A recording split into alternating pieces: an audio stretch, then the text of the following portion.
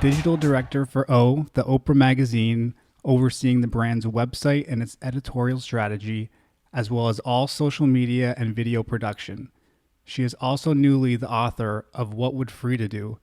A guide to living boldly, inspired by the life of the iconic artist Frida Kahlo. Welcome to the first podcast. It's great to have you.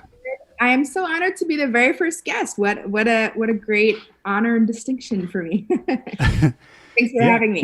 Of course, thank you. And my first kind of question, you're out of school a little over 10 years. What would your 2010 self think of that react? How would you have reacted to that introduction 10 years ago?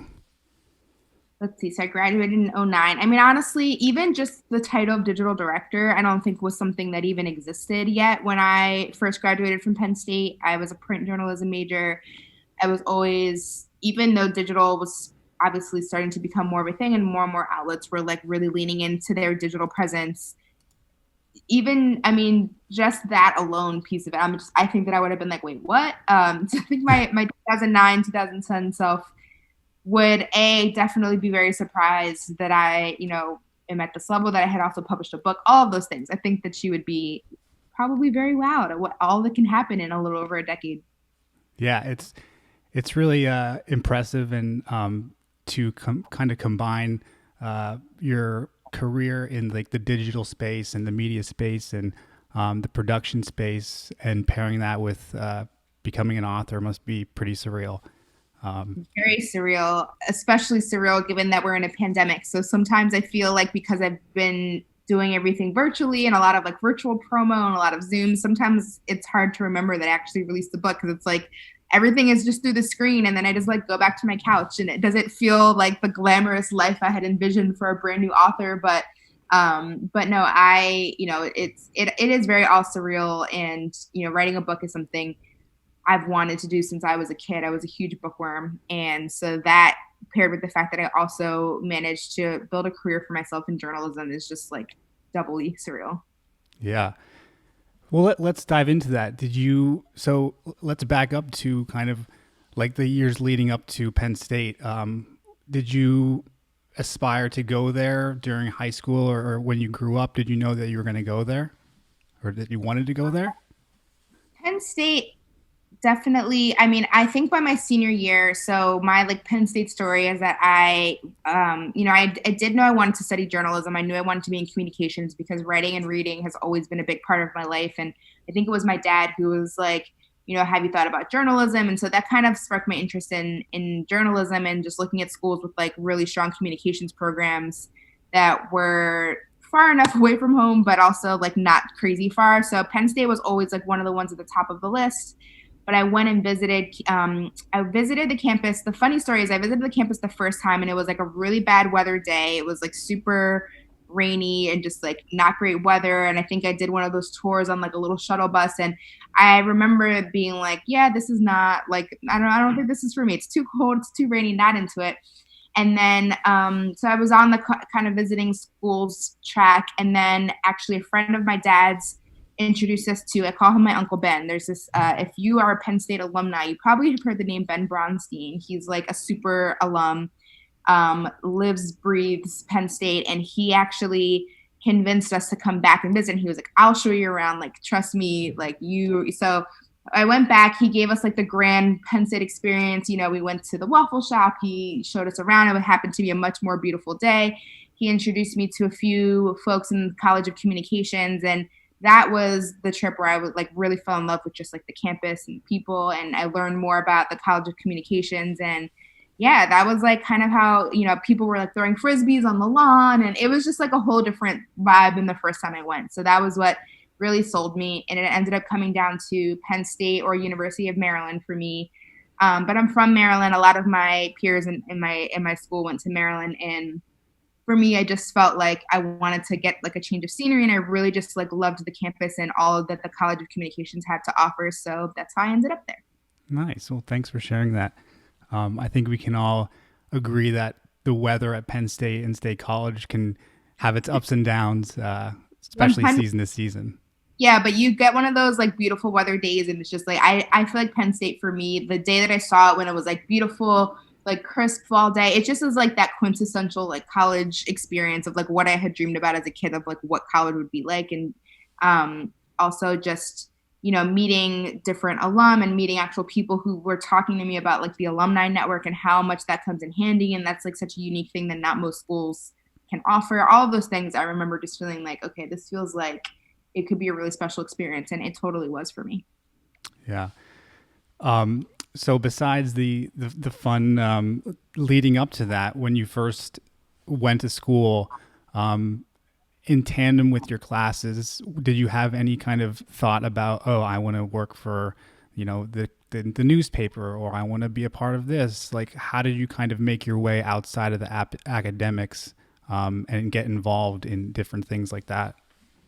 Yeah, I definitely think I always wanted to get involved with the newspaper, but I remember feeling like, the Daily Collegian is like a huge, it's a really big deal. I feel like when you get to Penn State, it's like, the Daily Collegian feels like working for the New York Times. It's just like, it has such a legacy to it. And so I remember at first being kind of nervous about applying to the Collegian or auditioning, or however they phrased it. But eventually I did write for the Collegian. I ended up writing for the culture and art section. I'm not sure if it's the same name now. But I ended up writing for the culture section, which was awesome. And I got a lot of like really great experience, which later on in life, having worked in like actual journalism and publications, like I really realized how like the Daily Collegian is really like run like a real newsroom. Like they don't play games over there. So writing for the Collegian was amazing. But the cool thing that happened while I was at Penn State was that there was a group of, I think it was 4 girls who launched Valley magazine, which was like Penn State's kind of lifestyle women's magazine, like a Penn State version of a Cosmo.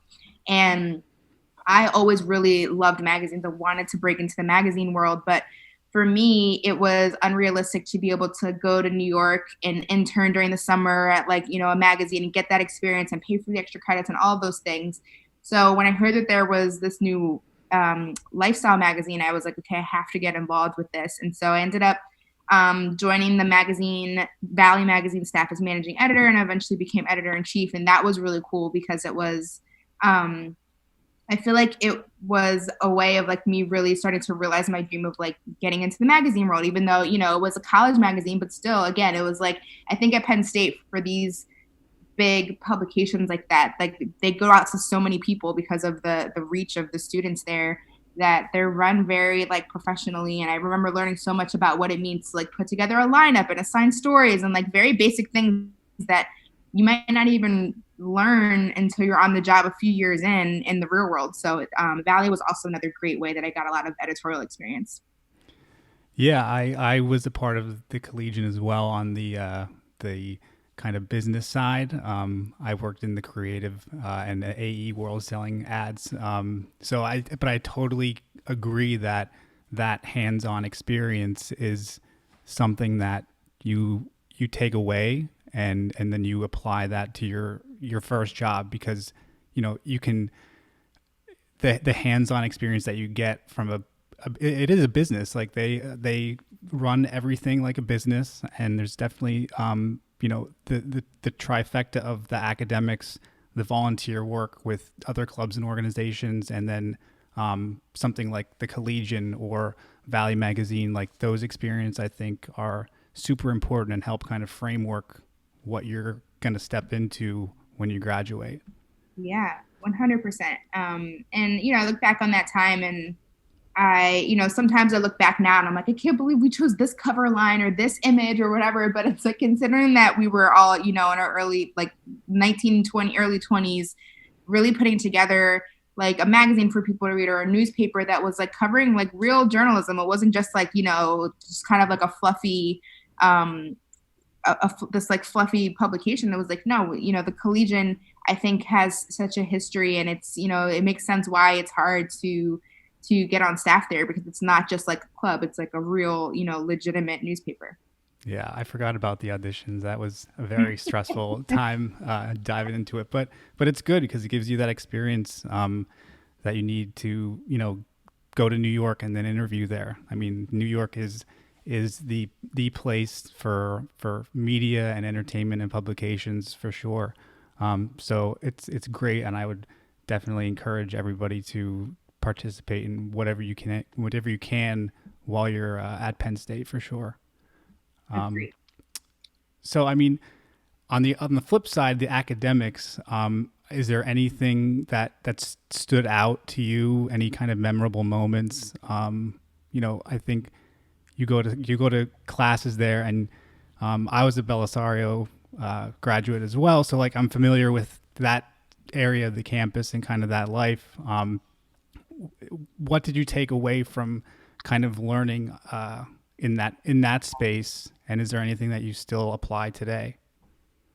I feel like I really lucked out. I mean, I don't know, because I feel like most Penn Staters that I know have similar stories, and I guess it's a testament to the faculty that they hire. But I feel like I really lucked out with the professors that I had, especially I think my junior and senior year when I was really in the phase of like, what do I want to do with my life? What am I going to do after I graduate? And I think that the professors that I had were all super encouraging. I always remember there was two really big moments that happened for me. One was I took an international reporting class, which it was the first. Actually, my year was the first year that existed. So it was international reporting, and we were going to Mexico City, which was like the coolest thing. So it was like instead of spring break, where everyone was going to party, we were going on this trip to Mexico City to learn about like reporting and to meet editors from the New York Times internationally. And it was an amazing experience. And that was another thing I think that you had to apply for and get accepted in, and it was a whole thing. But I remember, I think the first class we had to write just like kind of like an introduction about ourselves. And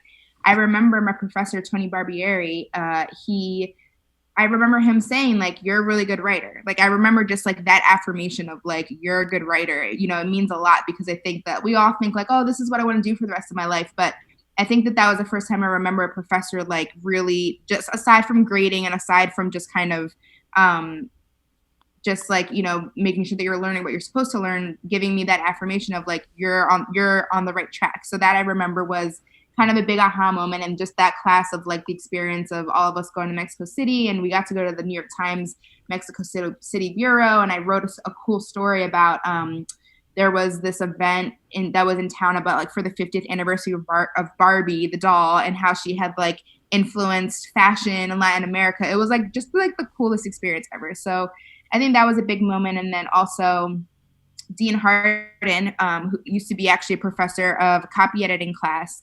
And she ended up really in a lot of ways being a mentor for me, because as my professor, I had told her about how badly I really wanted to break into journalism after graduating. But, again, it's a very exclusive world, especially, moving to New York and trying to get your foot in the door. It's all very hard. And so she actually encouraged me to apply to the Dow Jones Newspaper Fund internship, which was a post-grad internship program that placed you at a newspaper.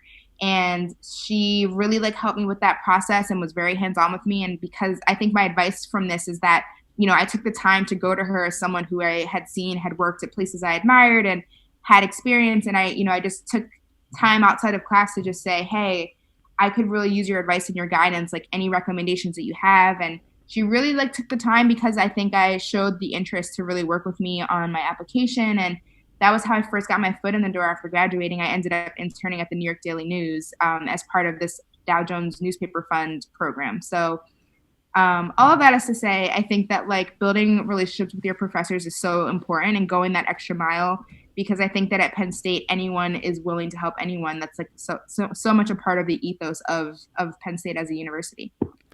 Yeah, I couldn't agree more. Being a part of the community has opened so many doors. But you definitely have to underline that initiative that you have to take personally when you kind of first step on campus. You're like, okay, I'm going to have a lot of fun. I know that, but I want to make sure that I'm setting up myself for success after school. And I think a lot of people kind of dive into school and then they take their classes and they kind of get a feel, because a lot of people don't know what they're going to do their freshman year or even their sophomore year, and they have to kind of find their way. But it definitely helps to show that initiative and engage with your peers and your professors. So definitely can't stress that enough for people who may be listening that are deciding what they want to do is just keep staying involved because it leads to some doors that may not otherwise be open. But yeah, I guess that kind of segues into the next point I wanted to bring up is kind of pivoting from your education into your professional career. I saw that you had a widespread array of publication experience, and I think it's kind of really cool that you started with and now you're back there now. So can you kind of speak to that a little bit? Sure. This is also my other big Penn State story, which I wouldn't recommend doing this exactly because I think this took um, big cojones, for lack of a better word. But my story of how I first got my foot in the door at O is my senior year. I was a night scholar at Penn State, and so we were at the scholarship dinner, and the guest speaker was Jane Jameson, who was the publisher of 17 and a Penn State alum. She's like super involved in Penn State still, another like Penn Stater, lives and breathes it. And I remember hearing her speak and talking about the world of magazines and working at 17, and I was just like so starry-eyed listening to her. And after she finished speaking at this dinner, I literally like pretty much stalked her to the bathroom and like found her in the bathroom, and I was like, hey, I'm journalism major, I'm graduating soon, I've always wanted to break into magazines, I would love if I could get your card and like reach out to you. And luckily she didn't think I was a crazy person. She gave me her card. And after I moved to New York, and I was interning at the New York Daily News, I did reach out to her, and she kindly offered to have lunch and was so helpful, just literally because I was another Penn State alum, a young person who really was looking to get their foot in the door. And she gave me a tour of the Hearst building and of 17, and she was so fantastic. And then a few months later, when I saw that there was an internship opening at Oprah magazine, which is another Hearst publication, I asked her if by any chance she knew who the best contact would be to like reach out to apply. And she put me in touch with the right person. And then I applied, and I got the internship at O, which is really what kicked off my whole career. So that is to say another thing of like, sometimes I think the word networking can get a bad rep, and I don't always love it. I think that like forcing relationships with people just for the sake of like business interactions, it's not always about that. It's about the person. And I think my relationship with Jane is a great example of that. As like, even after that, we've stayed in touch over the years. We have eventually ended up working together at Oprah magazine. And it really all started with this connection of just being two Penn Staters who happened to meet at this dinner. So that is a side note. But anyway, that was kind of how I got my foot in the door as an intern. I was interning there. It was like the dream. It was one of the few like post-grad internships that were paid. And then eventually there was an opening for an editorial assistant assisting Gail King, who, if you're not familiar, she's the editor at large of O. She's also now hosting CBS This Morning, Oprah's bestie, all of those things. So there was an opening as an editorial assistant working on the magazine and also assisting her, the dream job. And I ended up getting that job, and I stayed at O in that role, and then later more senior roles for about 6 years. Left to go to Us Weekly, where I was doing entertainment journalism, and then I went to Refinery 29. And Refinery was also an incredible experience. I was writing, editing, also doing on-camera work, like something I never thought I would do. But then in 2018, Hearst announced that they wanted to launch a website for Oprah magazine. I know it's hard to believe there wasn't one already existing, but they wanted an editorial website specifically for the magazine, and basically ended up coming back to launch that. And here I am a couple years later. It definitely was a very, very full circle moment in all of the best ways. Yeah, that is one thing that stuck out when your name kind of came across my computer is, I think a lot of people aspire to do so many different things, and it is really cool when you see somebody that had clearly had some kind of goal, and now it's fulfilled in a way through their career and through so many other different means. But to see someone be successful, and for people to see that it's possible to kind of like make your way and just get to that point in your career where you're like super proud to you know explain your career path and then where you are now. It's such a gratifying experience, and I think the Penn State community does that for a lot of their peers, and I know our alumni association is trying to highlight that through this. So it's really cool that you can share that with us. Is there any kind of like lasting impression that you took away from your time at Penn State, and how it has applied to your life and your career so far, Mm, I mean, or school in general, just education in general? Because I know a lot of people kind of learn most of what they are applying in their life and career now just through like the years after school. I mean, it really shapes you yeah. coming out of there. I mean, I think the power of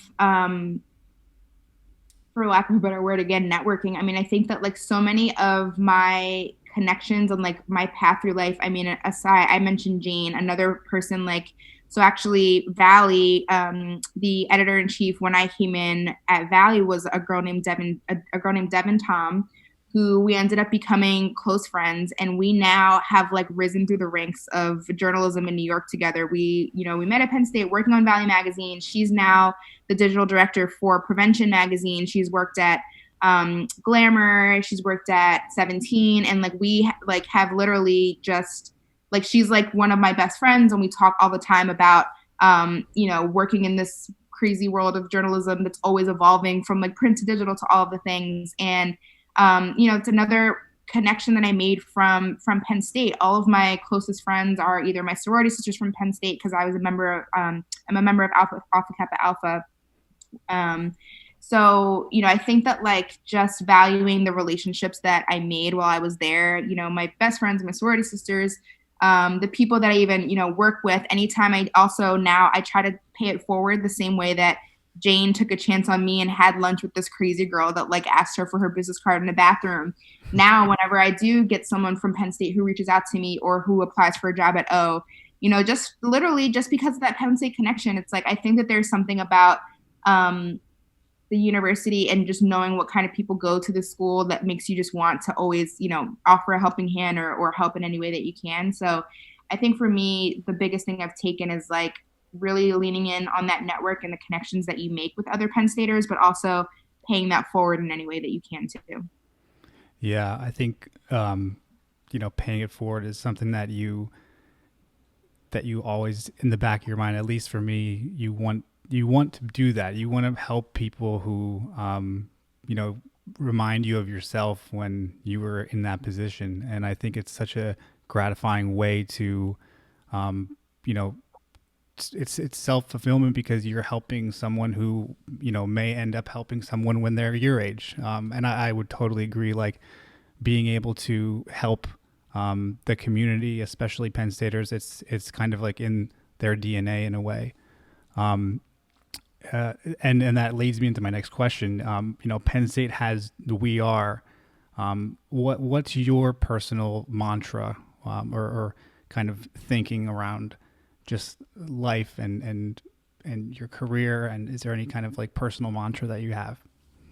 Well, I think my personal mantra has really come to me more recently as a result of my book that I wrote about Frida. My first book was just published in October. What would Frida do? It's about the artist Frida Kahlo, and it's I like to say part biography, part self help, in that it tells her story, but it also looks at the lessons that we can learn from her as a woman who was proudly queer and feminist and Latinx, and all was just very far ahead of her time with the way that she lived her life and also her art back in like the 1920s and 30s.